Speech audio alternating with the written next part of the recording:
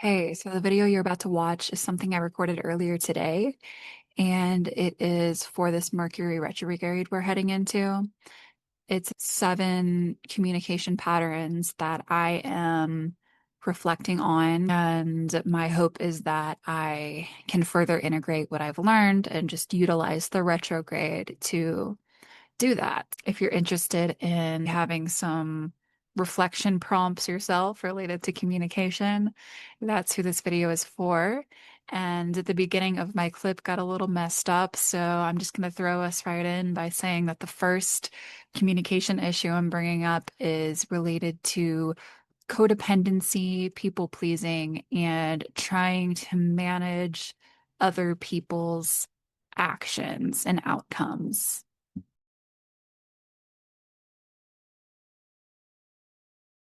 What this can look like is being the person in your family, friend circle, work environment who gets it all done. You are the one that is making shit happen. And it can feel really good. It can feel like you are indispensable. Like, what would they do without you here? So it's a place of power, and particularly in a colonized world where it doesn't matter what your personal or ancestral experience of colonization is, it's there regardless. It doesn't matter how much money you have. It doesn't matter how much access you have. Our minds are all colonized. That's why billionaires can only obtain more and consume more. It's never enough. There's just like this endless void within them. So that place of power, of feeling needed within your family, your friend group, your work environment, whatever it is, for a lot of us, we have limited access to power. And that is something that is very much affected by your personal access to privilege and throughout your family history and also your personal history. This is a place where a lot of us can feel in control. And it's not something that we easily give up. But along with that power also comes with perfectionism, codependency, people pleasing, and ultimately it's pointing to a identity as a person who is able to achieve and is able to achieve consistently, is an overachiever. It is looking outside of ourselves to feel safe and accepted. It is usually rooted in some childhood pattern of achieving, overachieving, and getting some love or validation in return for that. And so sometimes what happens is you have this recognition that you are keeping things together for some of the people around you, but then ultimately you can become resentful of those people for making you keep everything together for them. And it's rejecting others' ability to make the right decision for themselves.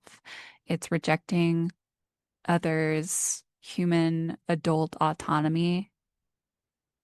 We're not talking about caring for children or people who need full-time care. We're talking about adults that are capable of making their own decisions and responding to the consequences of their own actions. If you shield them from experiencing the consequences of their actions, that may be something that you're doing out of what you perceive as love. But if you reflect on that, it's usually some control mechanism. And I'm going to speak from my experience right now. I don't want to witness my friends and family suffering. So if I can shield them from having to suffer, if I can do something for them so that they don't have to experience that suffering that I perceive to be coming toward them at full speed, then one of the things that I will sometimes do is try to take on that for myself. And so this is goes back to the theme of Atlas. None of us are Atlas. None of us have the entire world on our shoulders. And you, at any point, you can just let that fall off because it's not yours to hold. None of this is easy.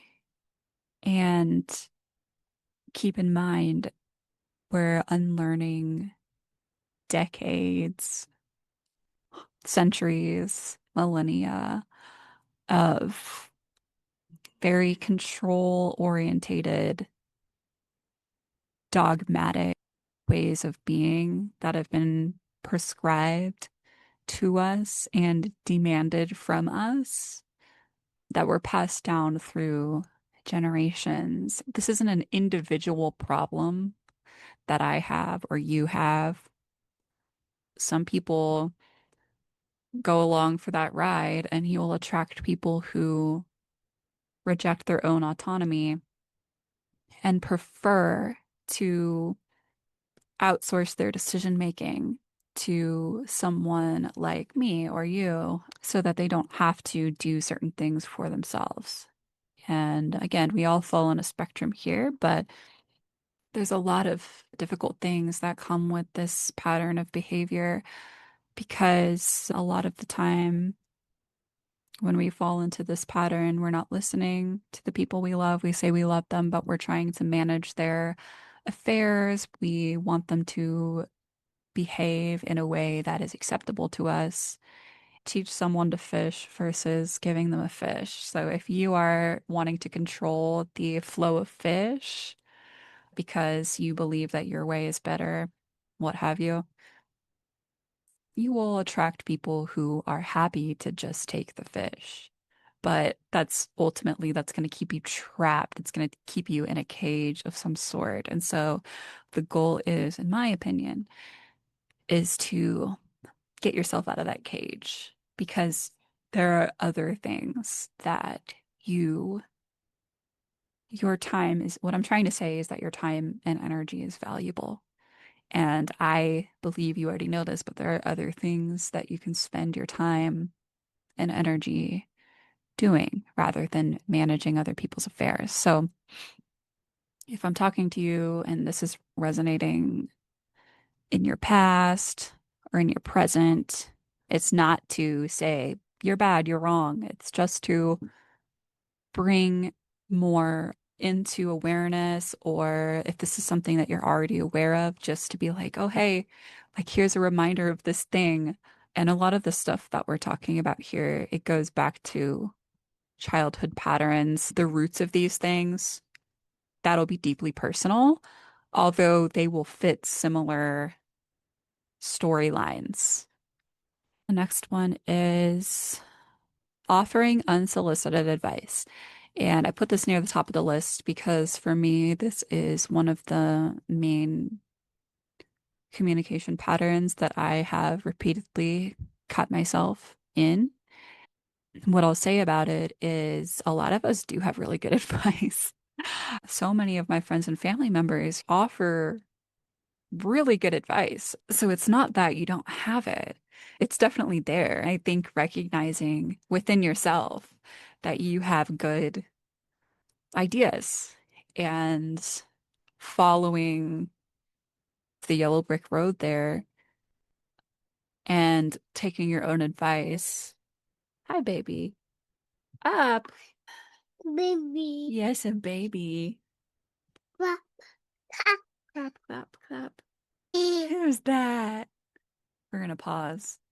All right, so yeah, you have really good advice. And however, the likelihood that, say, I'm listening to you and I am listening, but then I hear you say something, and for the next couple of sentences, all I can do is think about how I have a really interesting and relevant piece of information for you based on what you just said. Well, that's great and all, but the likelihood that we are both in the same space or place to give and receive feedback ultimately is unlikely. I think that one of the things that I have learned is to wait until I am asked to give advice, which can be really hard for me. And I have experienced that it is also really hard for many of you, which is fine. I'm not saying it to be mean to you or to call you out in any kind of way. I think we get excited at the opportunity to help each other. And I don't think that's coming from a bad place. But also, there are different phases of having a problem and working toward doing something about that problem. And one of the first steps of, we'll say, finding a solution is to accept that there is a problem. You already know this. So if I am sharing with you a problem and I am approaching the acceptance phase of the problem, I'm not looking for three phases past acceptance. One of the main ways to get to acceptance is first admitting it within yourself, possibly writing it down, whatever. The second part of acceptance really begins with speaking it out loud, especially to another human being or to the universe. So if you voice to me something that you're going through, and I have maybe already achieved acceptance of a problem I perceive to be similar, and I'm trying to give you some tips and tricks from my perspective, 3 steps through the grieving process away from you, it's not going to be helpful, and vice versa. If I'm saying something to you and you're like, oh, great, she's recognizing that in herself, and you've already gone through the process of like acceptance and bargaining and the 5 stages of grief, if you try to give me some of that medicine from the 5th stage of grief processing, I'm going to reject it, generally speaking, at least up until I learn not to do that.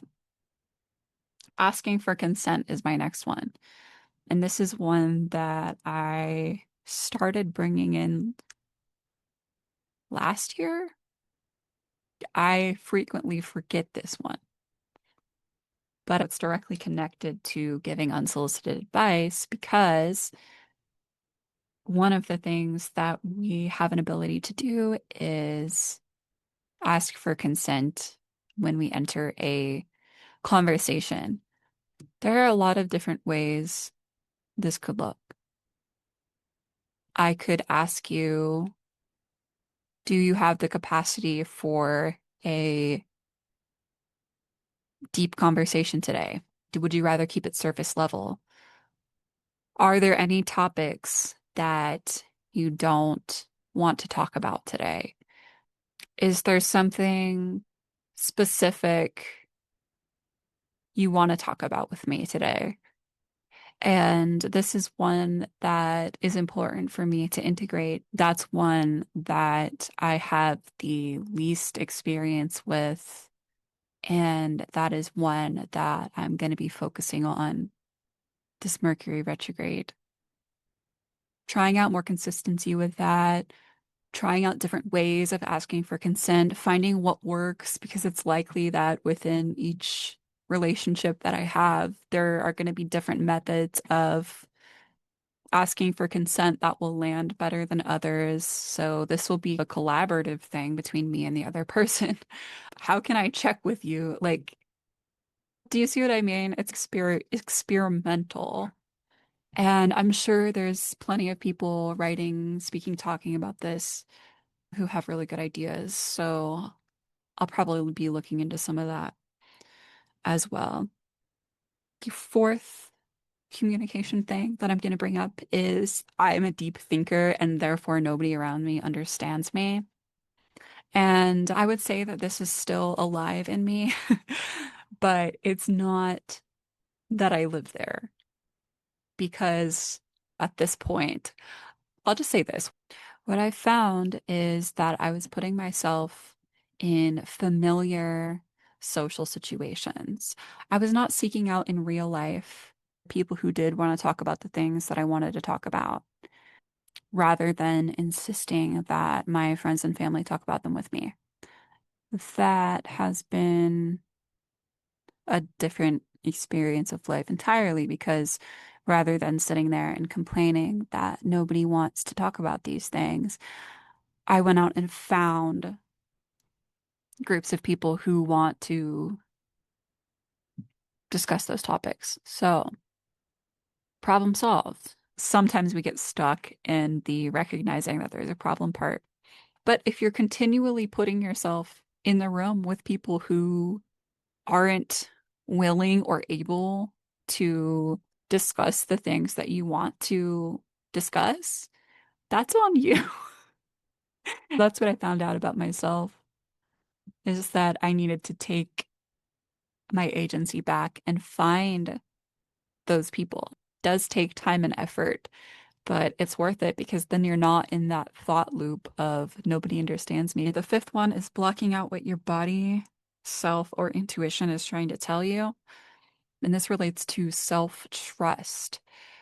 So, just like all of these things, it goes back to childhood stuff. Ultimately, when I was 24, something landed. I landed back in my body, but before then, I was pretty disembodied, and there were so many things that I could point to.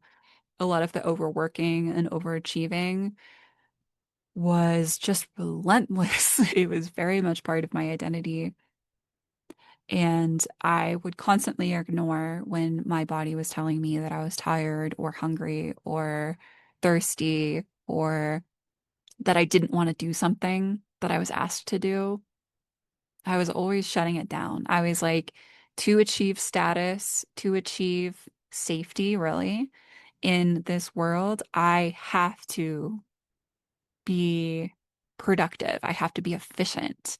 And very specific definitions of what those words mean that were ultimately they were other people's ideas of what I should be doing with my life.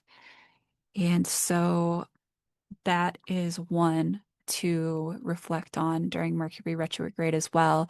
Not just external communication, but also what is your body communicating to you. The Mercury retrograde we're going through is within the signs of Scorpio and Sagittarius. Basically, what a retrograde is you see that sort of zigzag. Like Mercury will go up and then retrograde back and then go up again. So it's going to hit this area of our chart three different times. Something is going to be pulled up with the Scorpio piece of it. That's definitely like underworld content. And then with the Sagittarius piece of it, the arrow guy, it's like, okay, now where to with this? What is the direction? What is the meaning of this? So it's a good time for this kind of reflective work to happen right now. Not to mention that if you're in the Northern Hemisphere, fall, winter is a natural time of slowing down and reflection. Use that to your greatest ability.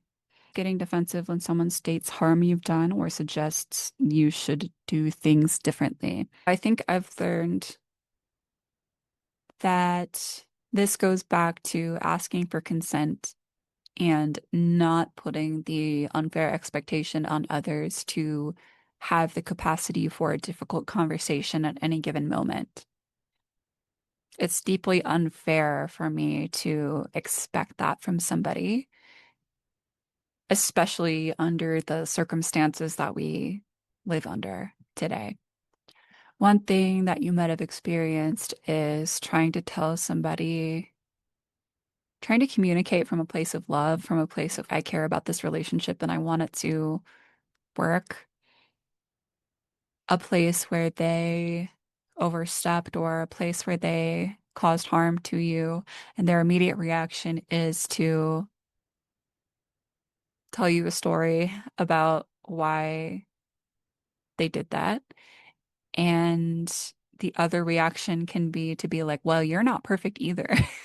And man, I am still very much in the soup of how to receive that reaction. I find it easier to practice this with people who are not as close to me, as in not my family. I can do this with on both sides. The other piece of this is when you are stating something about your experience to someone who they're listening to a story I'm telling about a decision that I made and how I came to make that decision. And they tell me, based on what they heard, I'm doing the wrong thing. And that's where like over explaining comes in, which I've historically been very much mired in that. But getting out of it has been liberating. I've been practicing over the last couple of years of not correcting somebody when they misunderstand me. That helps a lot because I'm giving that to myself. I know I'm not doing that thing. Sometimes I am doing the thing. And when I am doing the thing, it lands differently, right? It like pulls at me. It's like, ah. But sometimes when people say, oh, you're doing that thing, and I'm like, I'm not doing that thing. I've given this careful consideration. I've tried this over here, that over here. I've talked to this person and that person and this person. I read that book and it's possible, it's always possible to have blind spots, but sometimes you just know when you're connected to your body and you just know that you are or are not doing that thing or whatever. So it's like that. It's like when I get that tug of defensiveness of being like, oh man, maybe I am doing that thing.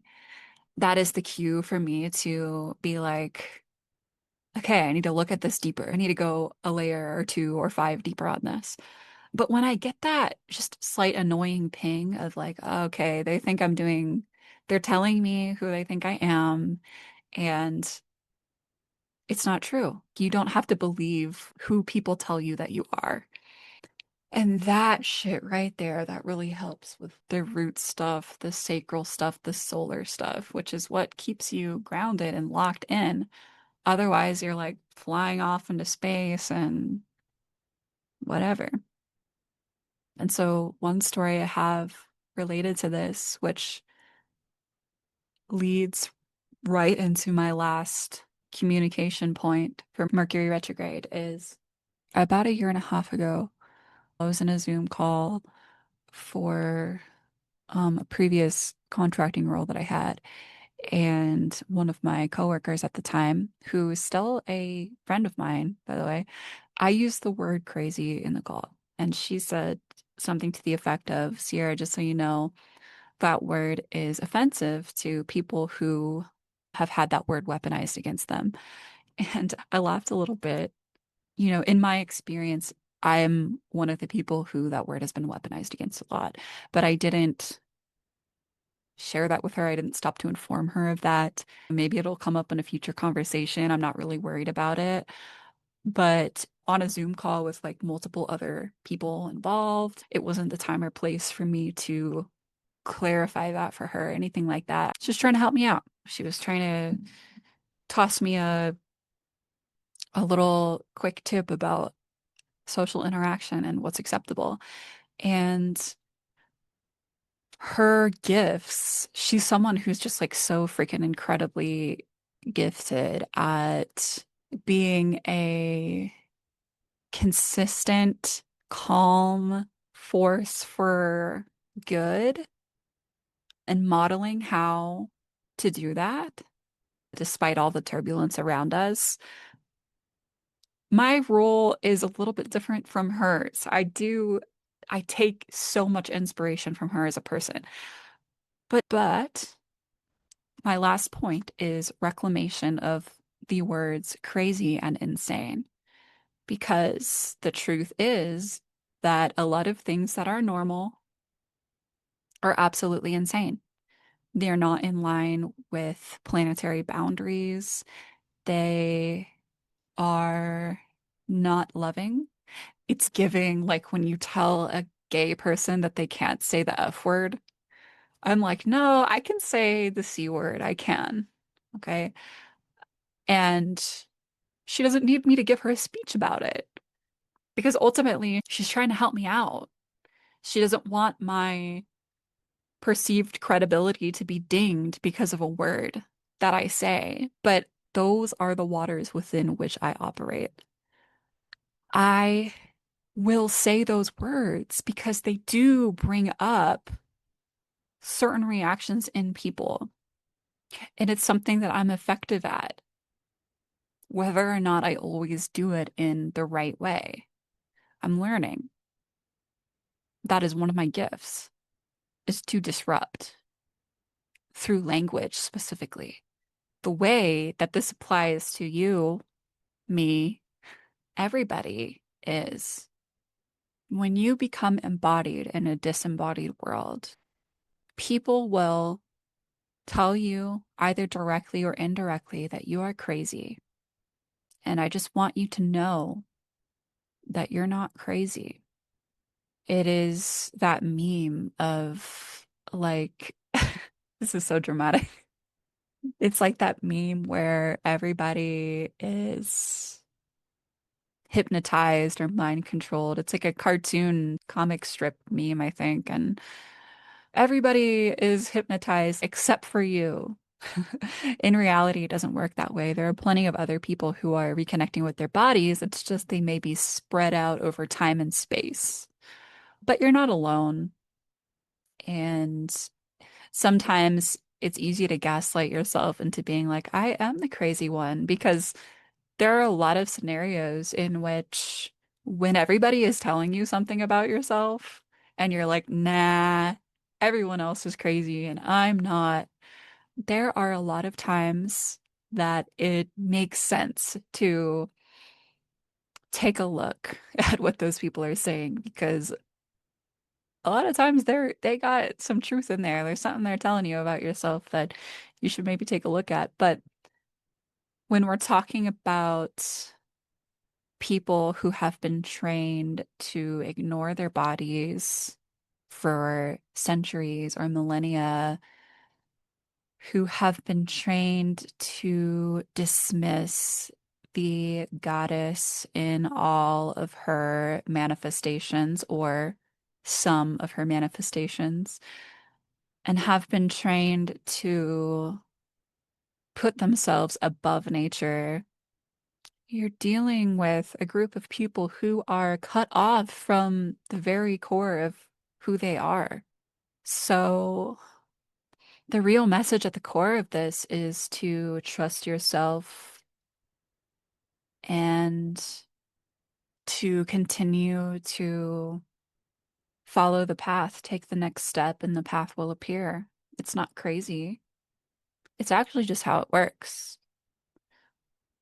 And if you are less resilient than I am in terms of specifically receiving the feedback that you're crazy, I just want to say, I feel you.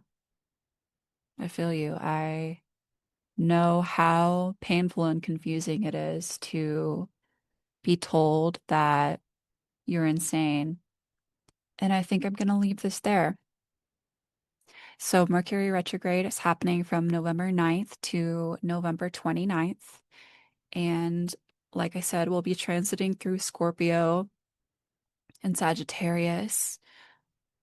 Mercury is currently in Sagittarius. Within a couple of days, we'll be back in Scorpio, which is very much those watery depths. I want to say that you can do this, that you can be with yourself within those depths, and I believe in you. You have any comments or other things that have come forward during this reflection? I'm interested. I'm genuinely always interested. This is all so fucking interesting to me. I don't know if you can tell. Make yourself cozy without tapping out. Do all that you can to support yourself in every way, physically, emotionally, energetically, spiritually, all the things. And I'll be back again soon with another video. Bye.